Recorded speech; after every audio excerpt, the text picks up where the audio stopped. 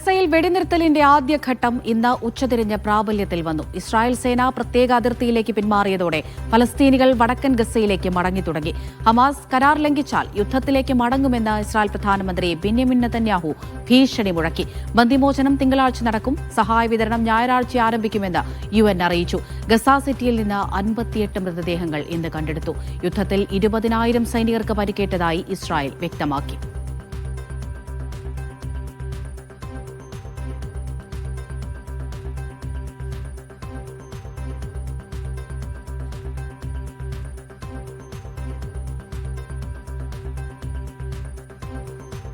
ഗസയിൽ വെടിനിർത്തലിന്റെ ആദ്യഘട്ടം പ്രാബല്യത്തിൽ വന്നു എന്ന് തന്നെയാണ് മനസ്സിലാക്കുന്നത്. ഇസ്രായേൽ സേന ഇപ്പോൾ അതിർത്തിയിലേക്ക് പിന്മാറുന്നുണ്ട്.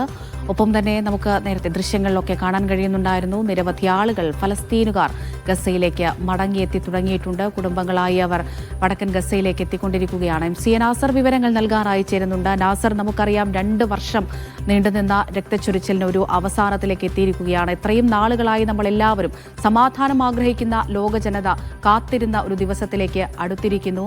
ഇസ്രായേൽ സേന പൂർണ്ണമായും എന്നത്തേക്ക് പിന്മാറുമെന്നാണ് കരുതുന്നത്. ഇപ്പോൾ ആദ്യഘട്ടം നിലവിൽ വന്നു എന്നാണല്ലോ ഇസ്രായേൽ ഔദ്യോഗികമായി തന്നെ അറിയിക്കുന്നത്.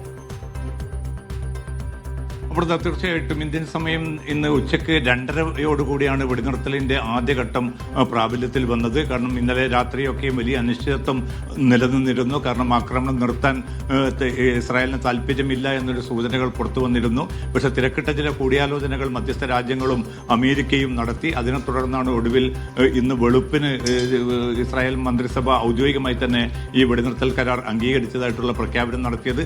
പിന്നെയും നിരന്തരമായിട്ടുള്ള ആക്രമണങ്ങൾ ഗസയുടെ വിവിധ ഭാഗങ്ങളിൽ അരങ്ങേറി. ഇപ്പോൾ ഏറ്റവും അവസാനം നമുക്ക് ലഭ്യമാവുന്ന റിപ്പോർട്ടുകൾ പ്രകാരം 138ഓളം മൃതദേഹങ്ങളാണ് ഇപ്പോൾ ഗസ സിറ്റിയിൽ നിന്നും മറ്റുമായിട്ട് ഇപ്പോൾ കണ്ടെടുത്തിരിക്കുന്നത്.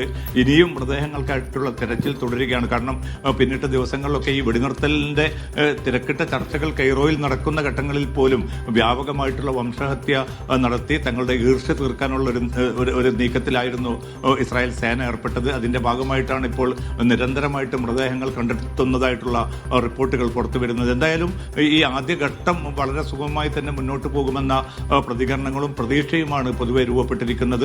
ഞായറാഴ്ച വൈകിട്ട് അമേരിക്കൻ പ്രസിഡന്റ് ട്രംപ് ഇസ്രായേലിലെത്തും. തിങ്കളാഴ്ച കാലത്തായിരിക്കും ഈ ബന്ദികളുടെ കൈമാറ്റം നടക്കുക. നേരത്തെ റിപ്പോർട്ട് ചെയ്തതുപോലെ 20 ജീവനോടെയുള്ള ബന്ദികളെയും ഒരുമിച്ച് തന്നെ കൈമാറാനാണ് തീരുമാനം. ഇത് ഒരു പ്രദർശന സ്വഭാവത്തിലുള്ള ഒരു കൈമാറ്റം വേണ്ടതില്ല എന്ന് മധ്യസ്ഥ രാജ്യങ്ങൾ ഹമാസിനോട് നിർദ്ദേശിച്ചിട്ടുണ്ട്. അതുകൊണ്ട് ഏത് സ്വഭാവത്തിലായിരിക്കും ഈ കൈമാറ്റം നടക്കുക എന്ന കാര്യത്തിൽ ഒരു അവ്യക്തത നിലനിൽക്കുന്നുണ്ട്.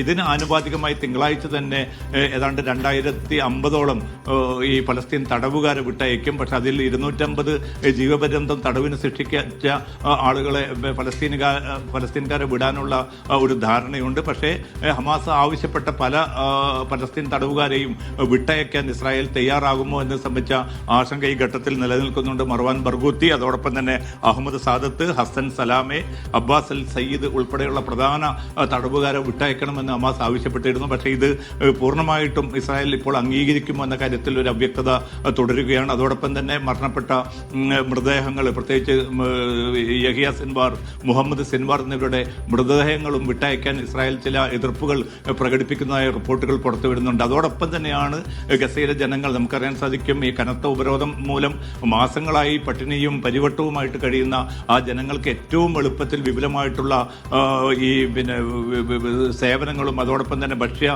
വെള്ളം ഉൾപ്പെടെയുള്ള മരുന്ന് ഉൾപ്പെടെയുള്ള സംവിധാനങ്ങളും